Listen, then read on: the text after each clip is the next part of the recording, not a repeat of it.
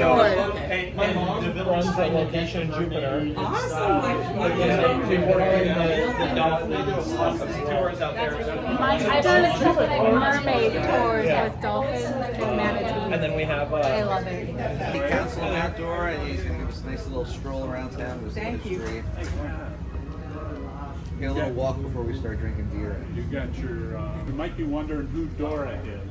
You're in Mount Dora, Lake Dora's just down the street. Who's this Dora. Yeah, you Dora, that's right. So Dora was Dora Ann Droughty, and she and her husband William came to Florida. We don't know exactly when because they never wrote it down, but we think in the mid-1840s when Florida was preparing to become a state, they were giving away free land. And Dora and her husband William came down from Alabama to claim 40 acres of free land. You had to live on the land, you couldn't be an absentee landlord. You had to work the property. Go ahead, sir. Anyway, you had to work the land, and at that time, most people who came here were in the cattle ranching business. That was before citrus came to Florida in a big way.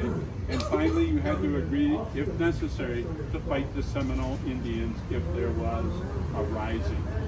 Actually from the Middle East, and then Southern Europe. So when Italian, Spanish, Portuguese immigrants came to this area, saw the sun shining, saw the sandy soil, they figured maybe we could grow oranges here.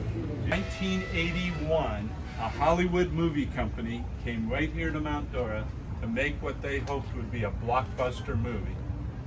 It was not, but it had big stars. Beau Bridges, Jessica Tandy, Hugh Cronin, Terry Garr. They were all in this movie, as was a water skiing elephant named Bubbles. Okay? That just gives you the idea of the quality of this movie. Yeah, you probably never heard of it at the Emmys or any of that sort of stuff, Oscars, I guess. It was called Honky Tonk Freeway. And the movie company spent over $20 million in 1980 dollars to make this movie. And they rented all of these buildings along this 2-block section and painted them pink as a backdrop for the movie. Wow. Okay, and by the way, Bubbles, the water skiing elephant, was also painted pink. Oh, wow. The movie, according to Time magazine, was the worst movie of the decade. Called the Renaissance Building. We gotta get across. Town Hotel, and the oldest continuously operating hotel in Florida is here in town, the Lakeside Inn. That's the one where we parked over on. This was the old Simpson Hotel. The sign's super faded. Cute. There is a trolley, but I don't think it's operating from there. Yeah. So this is the Donnelly House. I'm from the north, and every town in Ohio or Pennsylvania, Michigan, whatever, has what we call Queen Anne style architect houses like this. Down here, for whatever reason, I've heard it called Steamboat Gothic. And Roaring 20s, and it really was, especially around here.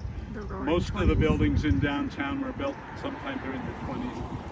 And folks wanted to have a place where everybody in town could congregate for a lecture, a service, an event, a concert, or something like that. So they decided to build a building that would accommodate everybody. There were almost 700 people living here then, so it was a big deal. And what they did was they came up with a subscription program to pay for it.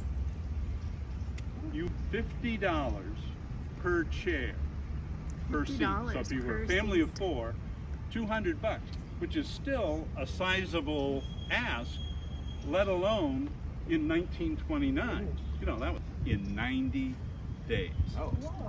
Wow. Yeah. After the stock market crash.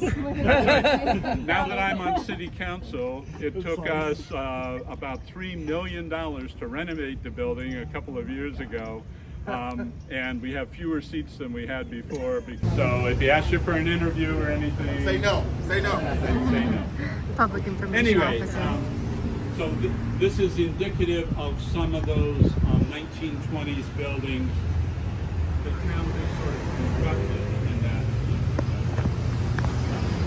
So while we're in the shade, let me tell you that the name of the city was not always Mount Dora. See the street sign there on the alley? Royaloo Lane. Our first postmaster was a guy named Ross Tremaine. Our town didn't have a name, so people couldn't get mail. So in 1880, we became a town and the postmaster had to choose a name. He didn't choose Mount Dora. He named the town after his children, Ella and Lewis. Roy, Ella, Royaloo, Florida. and Lewis. After our super fun walking tour, we went to Wolf Branch Brewery and we just chatted as business owners, and I learned so much from all the other business owners, and it was a really great time. Thanks for watching.